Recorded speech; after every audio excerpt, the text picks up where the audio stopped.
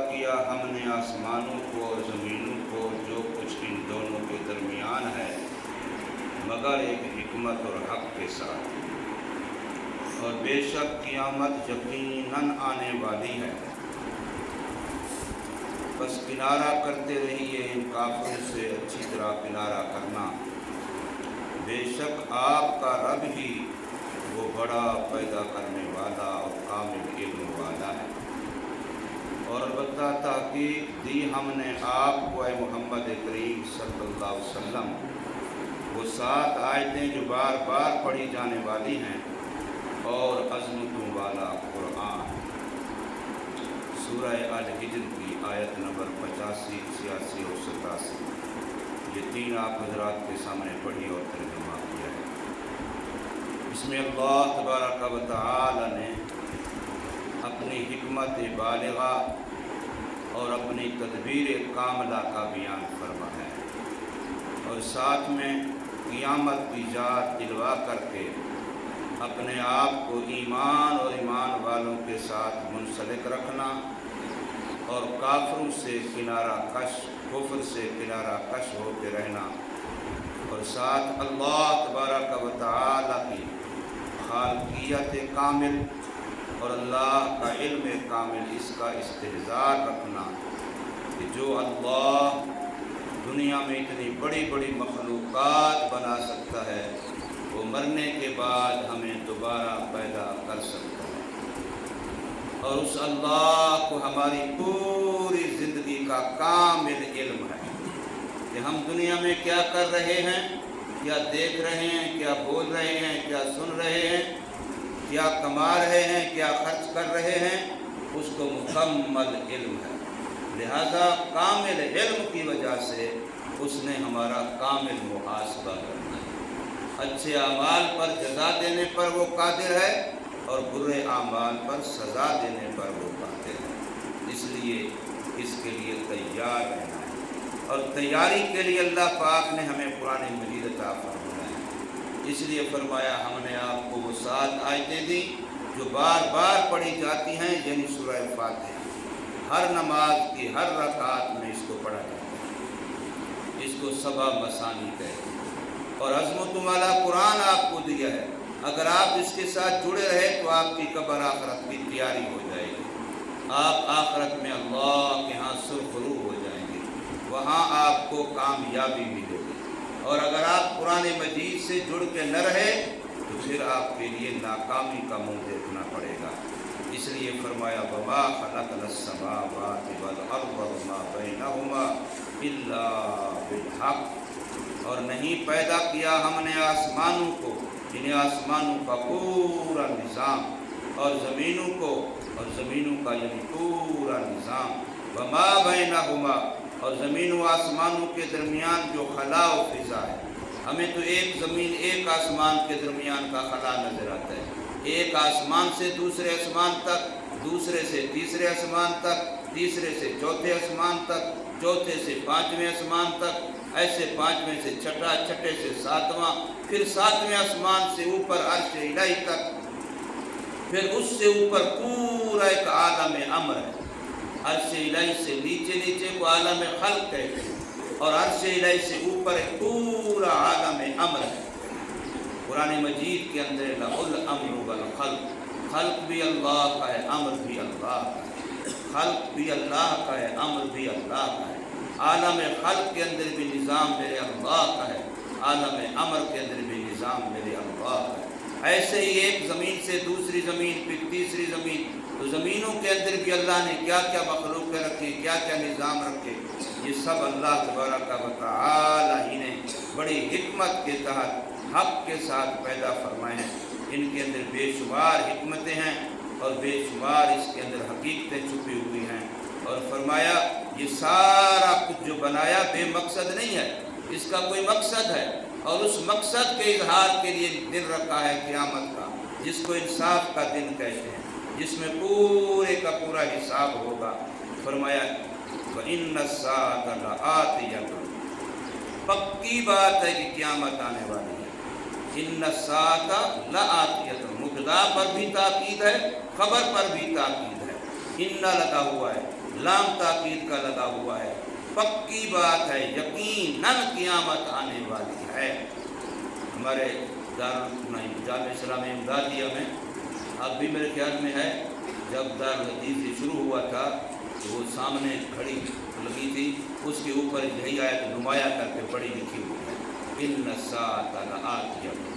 ہم استاد جی پڑھا رہے ہوتے تھے، کوئی طالب ادھر ادھر ہوتا تو استاد جی دیکھ لیے قیامت آنے والی ہے، وہ استحضار دلاتی تھی۔ یہ ہم نے اسے لگائی ہے کہ ہم تعلیم کا کام کر رہے ہیں، تب بھی ہمارے ذہن میں یہ بات بیٹھی رہے کہ قیامت آنے والی ہے۔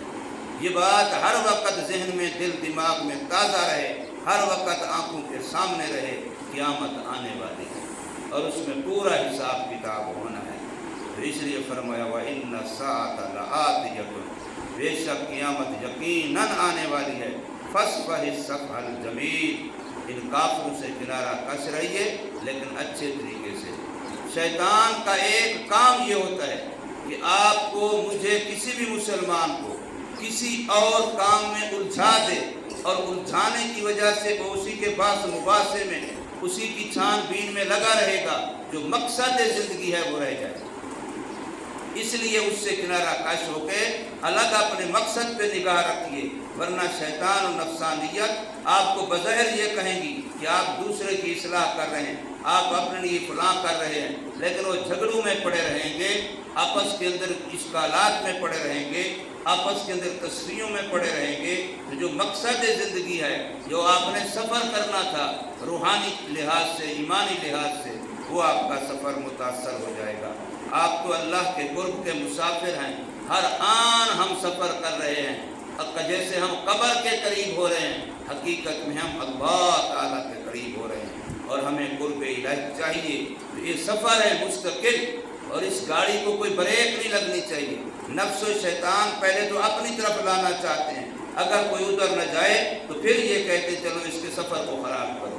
جو اس کا قرب الہی کا سفر ہو رہا ہے، اللہ کی طرف جانے کا سفر ہو رہا ہے، اس کے اندر کوئی نہ کوئی ایسے رکھنے ڈال دو کہ بندے کو محسوس ہی نہ ہو اور اس کا نقصان بھی ہو جائے۔ تو اسی کو فرمایا فَاصْفَحِ الصَّفْحَ الْجَمِيلَ، کہ آپ کنارہ کشی کیجئے، درگزر کیجئے، اور وہ بھی اچھے طریقے سے کیجئے۔ اپنے آپ کو بچا کر کے اپنے مقصود پہ نگاہ رکھ کے چلتے رہیے۔ یہ زندگی ایک مقصد کے لیے ہے، وہ مقصد کبھی بھی نگاہ سے اوجھل نہیں ہونا چاہیے۔ ان ربک هو الخلاق العلیم، بے شک آپ کا رب وہ بڑا خلاق ہے، مبالغے کا صیغہ ہے، خالق کا مبالغہ ہے، اور گویا کہ بہت زیادہ اور بہت بڑا وہ پیدا کرنے والا ہے۔ اس کے لیے کسی بھی چیز کو بنانا کوئی مشکل نہیں ہے۔ العلیم، کامل علم والا ہے، ہر ایک کا ما کانا کا علم بھی رکھتا ہے، ما یکون کا علم بھی رکھتا ہے۔ اس کے لیے نہ حال مشکل ہے، نہ ماضی مشکل ہے، نہ مستقبل۔ ہر ایک کا ماضی بھی اس کے سامنے ہے، حال بھی اس کے سامنے ہے، مستقبل بھی اس کے سامنے ہے۔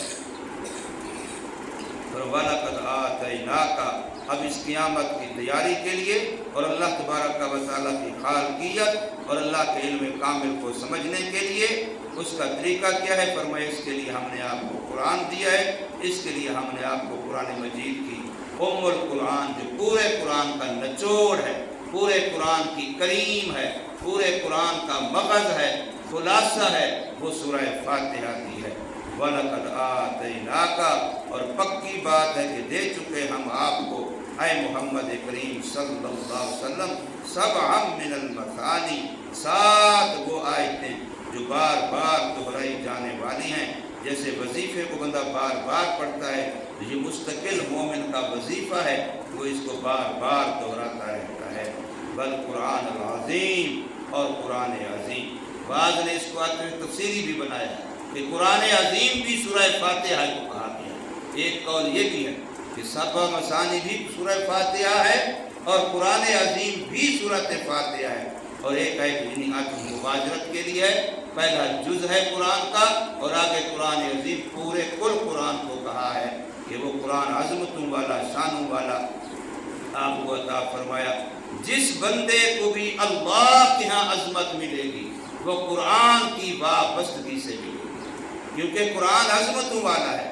لہذا جو بندہ عظمت چاہتا ہے، جو شان چاہتا ہے کہ فرشتے اس کی روح کا استقبال کریں روح نکالتے ہوئے، اور اسی طریقے سے جب وہ دنیا سے چلا جائے تو وہ زمین کے ٹکڑے اس کے لیے روئیں جس میں وہ رہا کرتا تھا، کہ ہمارا وہ بندہ جو یہاں رہ کے سجدے کیا کرتا تھا، جو یہاں رہ کے ذکر و تسبیحاں کیا کرتا تھا، جس کی وجہ سے ملائکہ کا نزول ہوتا تھا، آج وہ زمین کہے کہ میرے اوپر نہیں رہا۔ اس لیے کہتے ہیں نیک بندے کے جانے پر زمین بھی روتی ہے، آسمان بھی روتا ہے۔ نیک بندہ جب دنیا سے جاتا ہے تو اس پر زمین بھی روتی ہے، آسمان بھی روتا ہے۔ ایک بہت بڑا آدمی اپنے حضور صلی اللہ علیہ وسلم کے زمانے میں فوت ہوا، اور حضور صلی اللہ علیہ وسلم کو بتایا گیا، آپ نے فرمایا اس کی موت پر نہ زمین روئی ہے نہ آسمان روئی ہے۔ تو اس لیے یہ مستقل ایک کیوں روتے ہیں آسمان روتے ہیں کہ روزانہ اس کے نیک عمل جو اوپر جاتے ہیں، اس سے آسمانوں پہ رحمتیں اور خوشیاں ہوتی ہیں۔ تو نیک بندے کے زمین سے جانے سے، موت کا شکار ہونے سے زمین و آسمان روتے ہیں، اور بعد میں زمین کے وہ ٹکڑے جہاں وہ اللہ اللہ کیا کرتا تھا، اللہ کی عبادت کیا کرتا تھا، وہ اس کی یاد میں روتے رہتے ہیں۔ اور آگے جو لے جانے والے ہوتے ہیں فرشتے بھی استقبال کرتے ہیں۔ آگے قبر کے بارے مستقل حدیث ہے کہ قبر کہتی ہے اس کو کہ تیرا آنا مبارک ہو، تجھے زمین پر چلنے والوں میں تو مجھے سب سے زیادہ پسند ہے، اب دیکھ میں تیرے ساتھ کیسا اچھا سلوک کرتی ہوں۔ کا حد نگاہ کشادہ ہو جاتی ہے، اور اس کے لیے کیا کیا وہاں جنت کی ہواؤں کا انتظام ہو جاتا ہے۔ تو اس لیے فرمایا قرآن عظمتوں والا ہے۔ عظمتیں چاہیے دنیا میں تب بھی قرآن کے ذریعے، عظمتیں چاہیے قبر میں تب بھی قرآن کے ذریعے، عظمتیں چاہیے آخرت میں تب بھی قرآن کے ذریعے، اور عظمتیں جنت میں تب بھی قرآن کے ذریعے۔ اللہ تبارک و تعالیٰ کا ہمیں شکر کرنا چاہیے کہ اللہ نے ہمیں قرآن کے ساتھ وابستہ کیا ہے۔ اللہ ہمیں اس کا حق ادا کرنے کی توفیق